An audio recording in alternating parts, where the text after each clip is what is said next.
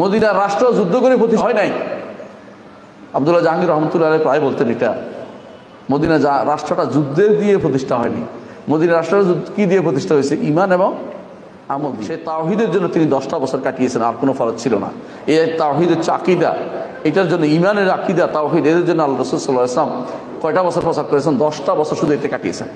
এখন বলতে পারেন এরপরে কি ছিল কিনা? এরপরও ছিল। অনেকে বলে যে তো 10 বছর তো মক্কায় কাটিয়েছে, মদিনার জিন্দেগি তিনি শুধু যুদ্ধ করছে। যুদ্ধ কি জন্য করছে? এই তাওহীদের জন্য করেছে, অন্য কোনো কারণ নাই। মদিনার রাষ্ট্র যুদ্ধ করে প্রতিষ্ঠা হয় নাই। আব্দুল্লাহ জাহাঙ্গীর রহমতুল্লাহ আলাইহি প্রায় বলতেন এটা, মদিনা রাষ্ট্রটা যুদ্ধের দিয়ে প্রতিষ্ঠা হয়নি, মদিনা রাষ্ট্র কি দিয়ে প্রতিষ্ঠা হয়েছে? ঈমান এবং আমল দিয়ে। ঈমান এবং আমল দিয়ে। মদিনার রাসূলুল্লাহ সাল্লাল্লাহু আলাইহি ওয়াসাল্লাম যুদ্ধ করে প্রতিষ্ঠা করছে কিছু না। মুসআব ইবনে উমাইর রাদিয়াল্লাহু আনহুকে পাঠিয়েছেন তিনি, কে? ইসলামের ফার্স্ট অ্যাম্বাসেডর, প্রথম অ্যাম্বাসেডর মুসআব ইবনে উমাইর রাদিয়াল্লাহু আনহুকে তিনি মদিনা পাঠিয়েছেন। আকাবার দ্বিতীয় শপথের পরে দেখে আসো, এদেরকে দাওয়াত দাও। তিনি এমনভাবে দাওয়াত দিলেন যে ঘরে ঘরে সবাই ঈমান এনেছে। ঈমান আনার পরে আমল সালেহ করার কারণে আল্লাহ তাআলা তাদেরকে এমন এক রাষ্ট্র দিলেন যার ওয়াদা তিনি কোরআনে দিয়েছেন, ওয়াদাল্লাহুল্লাযিনা আমানু ওয়া আমিলুস সালিহাতি মিনকুম লা ইস্তাখলিফান্নাহুম ফিল আরদ মিনহুম লা ইস্তাখলিফান্না।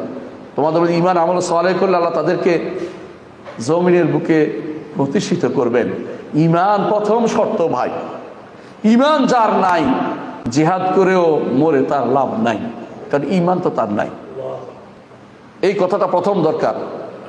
আপনি রাষ্ট্র প্রতিষ্ঠা করেন, আমি চাই আপনিও চান, ঈমানটা আগে আনেন। ঈমানটা আপনি প্রতিষ্ঠা করেন আমার জগতে, এই মানুষদের মধ্যে। আপনি যদি কোনো বেশি নয়, ভাটারা থেকে শুরু করে পূর্বাচল পর্যন্ত এই মানুষগুলি ঈমান ঠিক করে, এই এলাকায় যদি কেউ দাঁড়ায়, সে চিন্তা করবে ঈমানের বিরুদ্ধে কথা বলা যাবে না।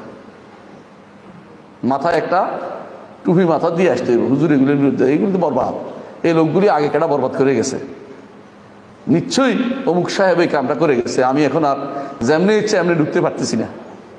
ঈমানটা আপনি ঠিক করেন, আমল ঠিক করেন, কে ক্ষমতায় গেল আপনি দেখবেন তা সেও আপনার কথাই বলবে। কামা তাকুনু ইউআল্লাহ আলাইকুম, তুমি যেমন হবে তোমার শাসকও তেমনি হবে। প্রথম কাজ হবে এই জন্য ঈমান এবং আমল ঠিক করা।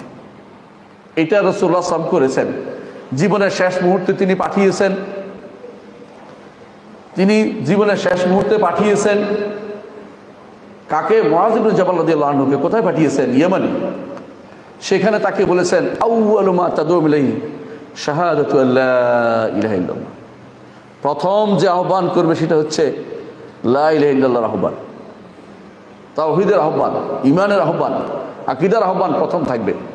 যদি সেটা মানে তারপর বলে যে 5 ওয়াক্ত সালাত ফরজ করছে, তাহলে এটা ঠিক না হলে 5 ওয়াক্ত সালাত শুদ্ধ হয় না, শুদ্ধ হবে না।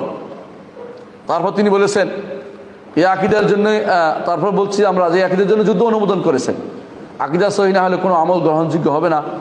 ইসলাম আকীদা ও আমলের নাম, যদি আকীদা শুদ্ধ না হয় তো যাবতীয় আমল পণ্ড হয়ে যাবে। সপ্তম وقل جاء الحق وزهق الباطل إن الباطل كان زهوقا